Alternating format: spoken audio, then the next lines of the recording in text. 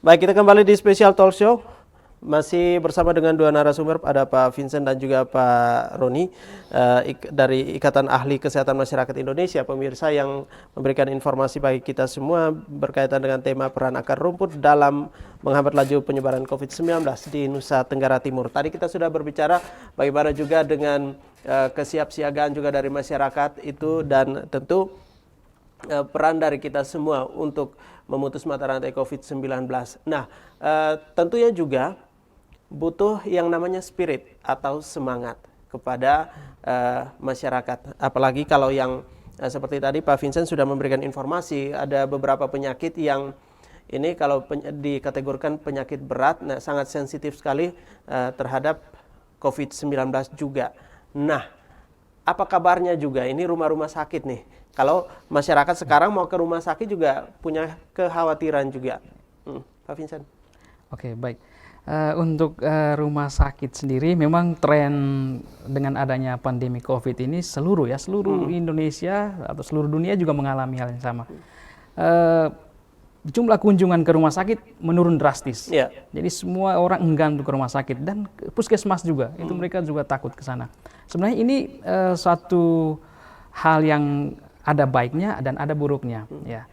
Kenapa saya bisa sampaikan sedemikian? Karena konsep puskesmas sendiri menurut kita dari kalangan akademisi dan juga dari organisasi profesi khusus di YAKMI, kita lebih bermain ke ranah promotif preventif. Jadi seharusnya orang janganlah datang ke rumah sakit. Kita berupaya untuk orang jangan ke rumah sakit atau ke puskesmas. Itu tujuan kita. Karena kalau semakin banyak orang itu orang kesmas itu salah itu. Jadi kita harus memberikan promosi yang baik sehingga mereka tetap sehat, jangan sampai sakit. Ya, jadi kita sangat berbeda konsep dengan kuratif. Jadi kita preventif, pencegahan. Sehingga kita minta teman-teman di seluruh daerah untuk terus melakukan edukasi dari rumah ke rumah untuk menyampaikan promosi lewat media, lewat ini, lalu dengan kalau di desa-desa biasanya dengan sepeda motor atau dengan calling-calling itu. Jadi sampaikan jalan ke situ untuk menyampaikan. Tetapi ada hal-hal tertentu, misalnya penyakit-penyakit tertentu ataukah ibu hamil yang dengan risiko tinggi itu, dia harus dibawa ke fasilitas kesehatan. Dan ini kalau seandainya dia masih sakit demam biasa atau masih bisa ditangani di rumah, ya silakan di rumah. Tapi ada penyakit-penyakit tertentu yang butuh penanganan segera, itu harus segera dibawa ke rumah sakit. Tidak boleh karena ini COVID takut. Memang saat ini mengcovidkan orang itu sangat gampang, itu isu yang sangat luar biasa. Jadi pihak rumah sakit juga sudah memberikan testimoni, sudah membantah semuanya. Tapi memang hal itu terjadi di masyarakat dan pengeluhan masyarakat seperti itu. Jadi orang ke sana dengan bukan COVID, sampai di rumah sakit pas meninggal dikatakan COVID. Nah, itu kemungkinan besar dia tertular pada saat di rumah sakit. Ya, karena di sana kan berkumpul berbagai macam orang ya dari semua ini, dan kita tidak tahu di sana. Kan proses tes kita juga agak kurang, jadi terjadilah seperti itu. Jadi mereka yang tidak di ruang, kalau di ruang isolasi oke, tidak aman. Tapi kalau berada berbaur dengan orang lain, kemungkinan besar. Oleh sebab itu maka protokol kesehatan di rumah sakit perlu ditingkatkan lagi, dijaga terus.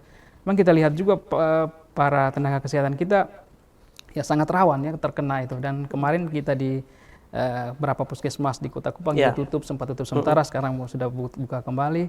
Nah, ini yang harus diperketat ya, dijaga, dan jangan sampai ini sebenarnya pada bagaimana biar menjaga diri dalam menggunakan masker, mencuci tangan, terus menjaga jarak dengan orang. Tapi kontak antara dokter dengan masyarakat itu takutnya kalau ketemu perawat atau ketemu dokter. Nah, karena mereka tahu bahwa dokter tidak hanya melayani mereka saja, orang lain banyak. Lalu kalau sarung tangan yang tidak diganti, kemungkinan mereka bersentuhan dan kena. Nah, itu yang harus dijaga, lalu dijelaskan untuk bisa mensterilkan lah. Untuk itu sudah diajarkan dan sudah mungkin di rumah sakit lebih tahu itu. Tapi kemungkinan besar terjadi tingginya penularan pada petugas kesehatan terjadi pada saat melepaskan APD itu. Kemungkinan besar terjadi di situ, karena pada saat proses pemakaian APD ya oke, aman. Tapi pada saat melepaskan itu mereka sudah kelelahan karena sudah berapa jam, kemudian membuka ada kontak fisik antara tangan dengan yang di luar tanpa ada bantuan teman lain, kemudian tersentuh di wajah, di mulut, terjadilah kontak seperti itu.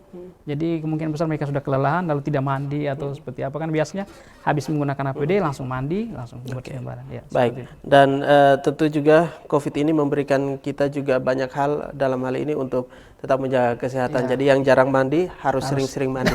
Baik. Oke, dan juga kita melihat Pak Roni ini sangat menarik juga di saat kita memberikan informasi yang benar, bukan hoax. Ya, ini sekarang ini sangat-sangat banyak beredar juga nih. Ini bagaimana juga di saat masyarakat sudah mengalami hal seperti ini, kita semua sudah mengalami hal seperti ini, terus ada informasi-informasi yang, waduh ini juga ragu nih. Jadi ya pola pikir kita juga mulai berubah. Nah, ini seperti apa, Pak Rudi? Ya, jadi memang mengenai informasi hoax dan segala macam ini memang banyak sekali bertebaran di luar sana. Dan kalau hoax memang kuncinya ada di pemberi informasi dan orang yang menerima. Ya, ya sedapat mungkin kita sebagai masyarakat warga negara yang baik, kita mengkonsumsi informasi itu dari sumber-sumber yang terpercaya. Ya. Kemudian selalu berupaya untuk meningkatkan pengetahuan juga, ya. Jangan hanya harus cek dan recheck gitu, terhadap sumber informasi yang bertebaran. Kan ada banyak sekali tentang obat dan segala macam yang bisa menyembuhkan. Padahal kita tahu bahwa penyakit ini kan virus. Nah, kalau virus itu kan ya itu sebenarnya senjata utamanya adalah imunitas kita sendiri. Dia sulit untuk dilemahkan kecuali ada vaksin. Jadi respon dari imunitas masing-masing orang. Caranya kita harus konsumsi makanan bergizi, memang harus ada olahraga, aktivitas fisik supaya imun itu terbentuk. Sehingga kalau virus datang, ya minimal ya kita mungkin tidak parah, tetapi ya bisa bertahan begitu. Karena yang terjadi seperti Pak Vincent bilang itu kan pada orang-orang yang sudah ada penyakit sebelumnya. Jadi COVID itu datang memperparah kondisi. Seharusnya kalau tidak ada penyakit itu mungkin ya jauh lebih baik. COVID ini kan sebenarnya penyakit kalau WHO bilang self-limited disease. Jadi dia itu penyakit yang bisa sembuh dengan sendirinya, tapi imunnya ada syarat, imunitasnya harus bagus. Tapi kalau imunnya tidak bagus ya mungkin akan lebih cepat menghadap Yang Maha Kuasa mungkin ya. Dan itu meninggalkan kesedihan bagi saudara-saudara. Baik, di keadaan sekarang ini juga kita harus berdampingan juga dengan COVID-19. Tapi juga bagaimana dengan masyarakat itu, pola hidup yang sehat, bukan saja 3M, tetapi juga pola makan minum. Nah, banyak faktor nih, pola makan minum, pola istirahat. Ya ini untuk bagaimana kita memutus mata rantai COVID-19 dari akar rumput. Pak Roni. Ya, jadi yang diharapkan itu memang masyarakat selain tadi aktivitas fisik, kemudian konsumsi makanan bergizi dan memiliki pengetahuan yang benar tentang pencegahan. Memang kita serba dilema kalau di NTT ya. Bagi daerah-daerah yang memang memiliki ketahanan pangan yang bagus, ini mudah diucapkan, mudah nanti untuk didapatkan. Tapi bagi saudara-saudara kita yang tidak beruntung dan mereka punya kondisi ekonomi lemah lembut dan segala macam, ini memang butuh perhatian dari pemerintah desa. Kita tahu bahwa pemerintah sudah ini untuk pandemi ini ada 3 yang ingin diselesaikan oleh pemerintah. Yang pertama itu kesehatan itu sendiri untuk COVID ini, yang kedua untuk bantuan sosial, dan yang ketiga pemulihan ekonomi. Nah, YAKMI memang berharap sekali bagi saudara-saudara yang kurang beruntung tadi itu mendapat perhatian dari pemerintah desa dengan alokasi dana desa supaya bisa memenuhi kebutuhan mereka, supaya konsumsi makanan bergizi tadi bisa terpenuhi. Kalau kita misalnya sebutkan harus konsumsi makanan bergizi, tapi dia tidak punya ketahanan pangan yang baik, tidak punya sumber-sumber untuk konsumsi, kan jadi susah juga. Jadi peran pemerintah desa itu sangat penting, mengidentifikasi saudara-saudara kita yang ada di tingkat desa, kelurahan itu, siapakah yang ini kesulitan ini, apalagi kerjaan susah dan segala macam. Nah itu diberikan bantuan sosial. Penyalurannya harus benar, jangan dikorupsi kira-kira Oke. begitu. Baik. Dan penggunaannya sendiri juga harus benar. Jangan ya ini memang pandemi tetapi pesta jalan terus. Tidak menjadi masalah juga, tetapi artinya ini kita dalam kesulitan ya. Kesulitan. Ya, jadi untuk ketahanan tubuh kita sendiri itu yang harus diprioritaskan juga. Pak Vincent dan juga Pak Roni, ini bagaimana juga untuk pergerakan nanti di saat untuk sekarang ini. Nah, ini kita mau tahu gambaran untuk wilayah Nusa Tenggara Timur berkaitan dengan pergerakan dari masyarakat dalam hal ini untuk memerangi COVID-19. Ya, untuk masyarakat, pergerakan masyarakat sendiri, saya pikir kita di daerah-daerah di kabupaten-kabupaten tidak terlalu tidak terlalu mengkhawatirkan. Yang kita khawatirkan adalah kota-kota atau daerah-daerah yang punya mobilitas tinggi, ya pergerakannya sangat tinggi, dan ya contoh khususnya di Kota Kupang sendiri. Oleh sebab itu maka yang tadi peran akar rumput itu ya minimal di lurah dan RT-nya itu harus berperan di sana. Nah, bagaimana kita RT itu berperan sedangkan RT tidak menguasai daerahnya? Itu persoalan yang fatal. Ya dia tidak mengenal warganya di mana, orang yang baru datang yang siapa, terus di situnya siapa. Nah, ini yang harus kita berdayakan sebenarnya. Jadi bagaimana kita mengedukasi hingga peran RT itu ditingkatkan.